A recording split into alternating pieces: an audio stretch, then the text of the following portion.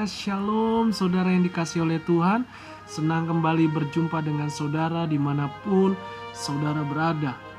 Dan saya selalu menyapa di dalam kasih Kristus karena kasih-Nya melimpah bagi kita yang percaya dan yang berharap kepada Tuhan. Puji Tuhan, bersama dengan saya kembali Pastor Henry Indrawan.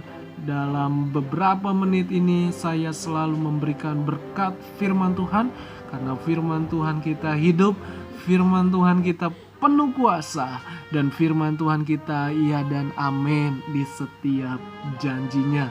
Jadi percayalah bahwa segala sesuatu indah pada waktunya. Puji Tuhan. Sebelum saya membagikan berkat firman, mari kita terlebih dahulu kita berdoa kepada Tuhan. Tuhan Yesus, terima kasih saat ini kami memerlukan pribadi-Mu, memerlukan urapan-Mu, hadirat-Mu nyata bagi setiap kami.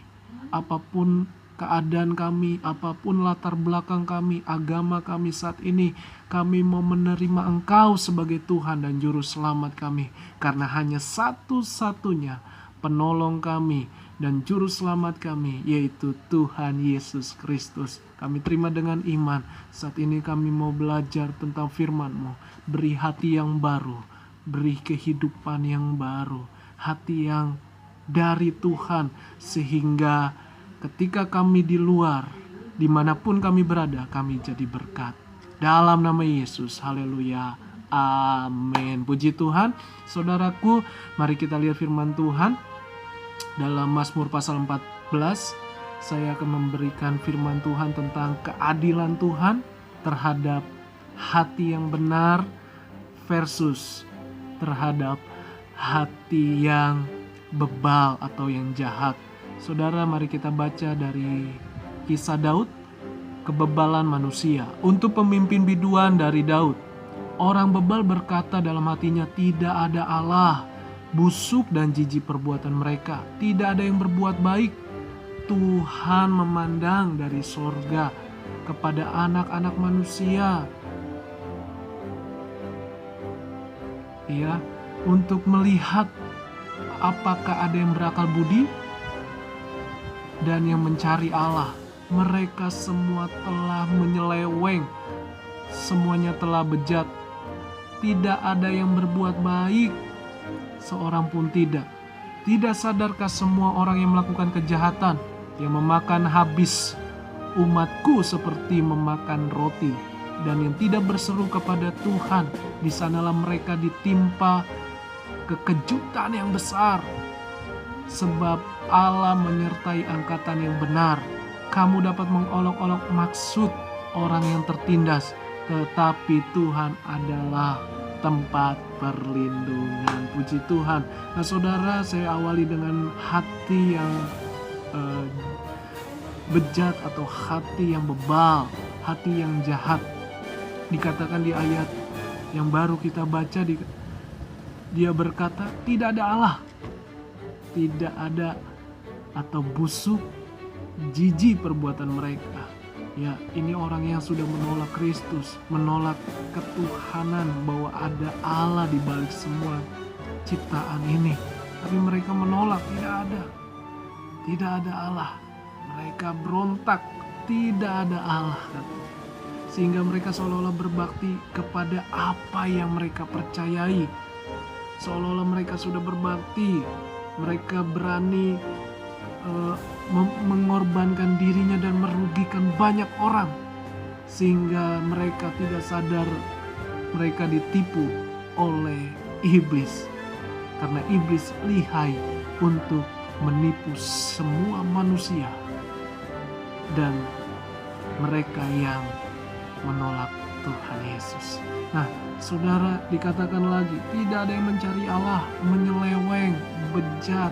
Jelas kalau hasilnya kita menolak Allah, pasti hati kita menyeleweng, hati kita bejat, ya. Tetapi Tuhan selalu memperhatikan dari surga. Dia adil.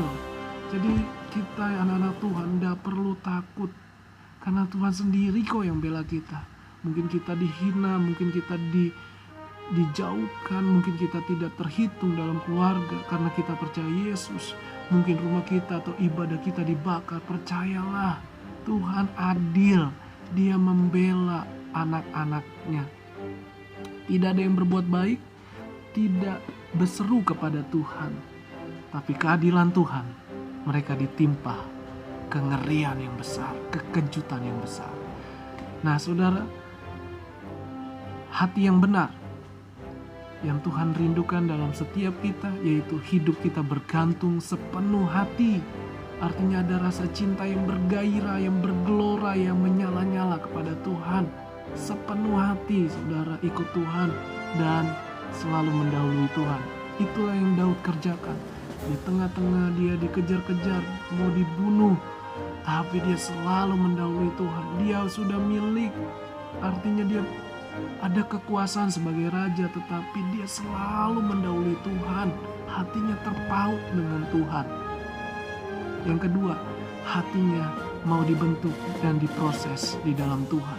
Mungkin banyak daya tarik di tengah-tengah dunia ini, ya, selalu kita dikuasai dengan tekanan dan membuat hati kita khawatir, bimbang, ragu, tidak percaya Tuhan lagi. Nah itu saudara, kita harus sanggup atau harus bisa melewati setiap proses Tuhan, karena kita mengandalkan Tuhan kita, Yesus Kristus, melalui Roh-Nya yang hidup.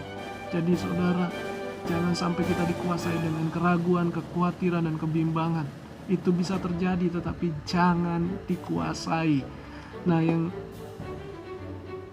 percayalah, kalau kita melakukan demikian, maka Tuhan selalu menyertai kita, selalu melindungi kita dalam kengerian yang besar yang akan terjadi di dunia ini. Kita tidak tahu, seperti kejadian di NTT, kita memang harus berdoa bagi mereka supaya belas kasih Tuhan turun.